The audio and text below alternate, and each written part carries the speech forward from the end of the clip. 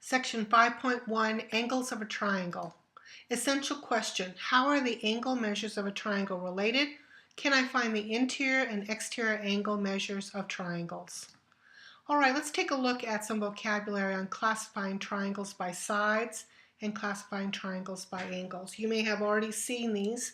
In your notes, if you will just take a few minutes to write down the words, and if you need to draw a picture for yourself, but if you don't, just go ahead and list the different triangle names.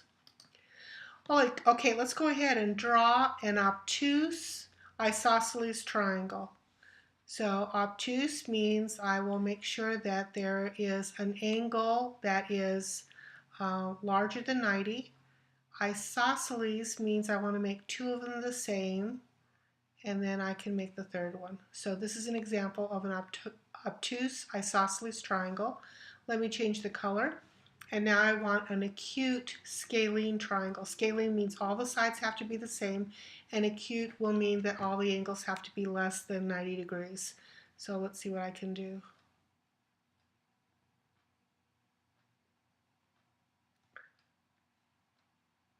So I tried to make all the sides different lengths, and all the angles are going to be less than 90 degrees. All right, let's classify this triangle by its sides, then determine whether it is a right triangle. To do this, we need to find distance PO, and you can use the distance formula for that, distance OQ, and distance PQ.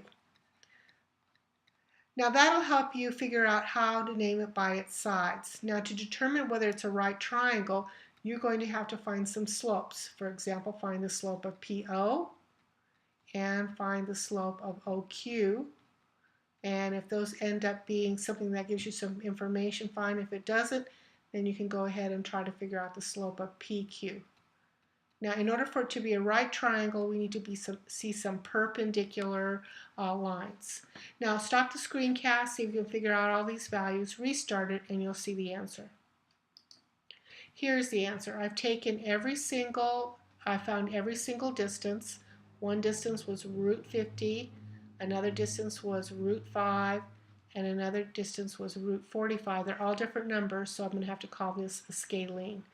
Now, to figure out whether it's a right triangle or not, I had to find the slopes. This slope was -2, and this slope from O to Q was 1/4. It looked to me like it might be perpendicular, but now I see that they're opposite reciprocals, so I definitely know these are perpendicular to each other, which means I can call this a right triangle. Okay, our triangle sum theorem. You may already know this. The sum of the measures of the interior angles of a triangle is equal to 180. What you don't know is the proof, so let's take a look at the proof. All right, here is a triangle. We're trying to prove that this triangle with angles 1, 2, and 3, we're trying to prove that all three of these angles add up to 180. And this is how we're going to go about doing it. These three angles, let's go ahead and discuss them. First, we're going to put 3 and 4 together. We're going to call it ACD. That's this right here, ACD, plus angle 5 is equal to 180 because that's a linear pair. Now we're going to take ACD and we're going to put it into its parts, which is measure of angle 3 and angle 4. And then I'm going to substitute. That's what this is, substitute. So I have all three of these angles equaling 180. All right, now I have the angle 3, which I want angle 3 in my answer, so I'm not going to worry about that. I'm going to be looking at another way to write angle 4. Now I notice these lines are parallel, right here, parallel. So I know that angle 4 has to be congruent to angle 3. So angle 4 has to be congruent to angle 2, which I say in line 2, because if two lines are parallel, alternate interior angles are congruent. Okay, now I also see that these angles are going to be congruent, and that's what I have here. And that's because if two lines are parallel, corresponding angles are congruent. So I'm going to take angle 5 out, and in its place, I'm going to write angle 1 after I change the congruence to equals, and then I'm going to take angle 4 out, and I'm going to replace it with angle 2 after I do this line where I change them to equals, and that's how the proof is done. So if all three of these add up to 180, then all three of these will add up to 180 because of the situation with parallel lines. Okay, the exterior angle theorem says this, that angle 1 is equal to this angle plus this angle. All right, let's go ahead and go through the proof and see if this makes sense to us. Now we know that all three of these angles, this one, and this one, we know they all equal 180.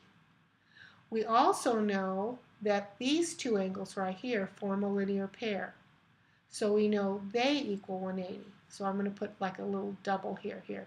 So I know this angle and this angle add up to 180. So we have two 180s. And I'm going to use the transitive property and make this equal to this. Okay, and I notice that they have the same angle on the left-hand side and the right-hand side of the equal sign, so I'm going to subtract them, and then I'm going to get these two angles right here equal to the exterior angle. Okay, let's look at the theorem one more time again and see if this makes sense. Okay, the exterior angle is equal to the sum of the non-adjacent interior angles. Non-adjacent means not touching angle 1. This is an adjacent interior angle where these are non-adjacent. See, it says non-adjacent. All right, let's go ahead and do a problem. All right, so this is the exterior angle. And this is this one and this one are non-adjacent interior angles. And the theorem says that the exterior angle is equal to the sum of the non-adjacent interior angles. So here's our equation. So x is equal to 75. Now it asks me to find J, K, M. So I'm going to take 2, multiply it by 75, multiply by 75, and then subtract 5. So this is 150, take away 5, so this is 145. So this angle is equal to 145 degrees. Okay, the corollary to the triangle sum. Corollary is another word for theorem, but it's a theorem that's easily proved from a big theorem, and the big theorem we're using is a triangle sum. So this little theorem, corollary, says that these two angles right here add up to 90. And that kind of makes sense because the three angles, angle A plus angle B plus 90 is equal to 180. And if you use subtraction, you're going to get the two angles equaling, the two angles equaling 90. And that's why we call it a little theorem, because it got proved so quickly. Okay, I'd like you to take a minute to stop the screencast and see if you can figure out the measure of angle 1 and if you can figure out the measures of these two acute angles. And here's the answer. I used the exterior angle theorem, and I made the exterior angle equal to the sum of the two non-adjacent, did my algebra, got x is equal to 25, and then once I got x equal to 25, I got this angle to be 75, and the three have to add up to 180, so there's only 65 degrees left for angle 1. Here is the corollary of the triangle sum theorem. I know that these two have to add up to 90. I get x equal to 32. I put 32 into here, and I get 26 degrees. I put 32 in here, and I get 64 degrees. Okay, last problem. See if you can do the problem. Stop the screencast and see if you can figure out what x and y are. And here are the answers. What I noticed is I had two parallel lines, so I knew that alternate interior angles are congruent, so I knew angle 43 and x were the same. So that was one of my answers to find x. And I knew that these two angles are a linear pair, and I know they added up to 180, so that's how I got 105. Now I know that these three angles from the triangle sum, these three angles have to add up to 180, so y is equal to 32. And that's the end of the screencast.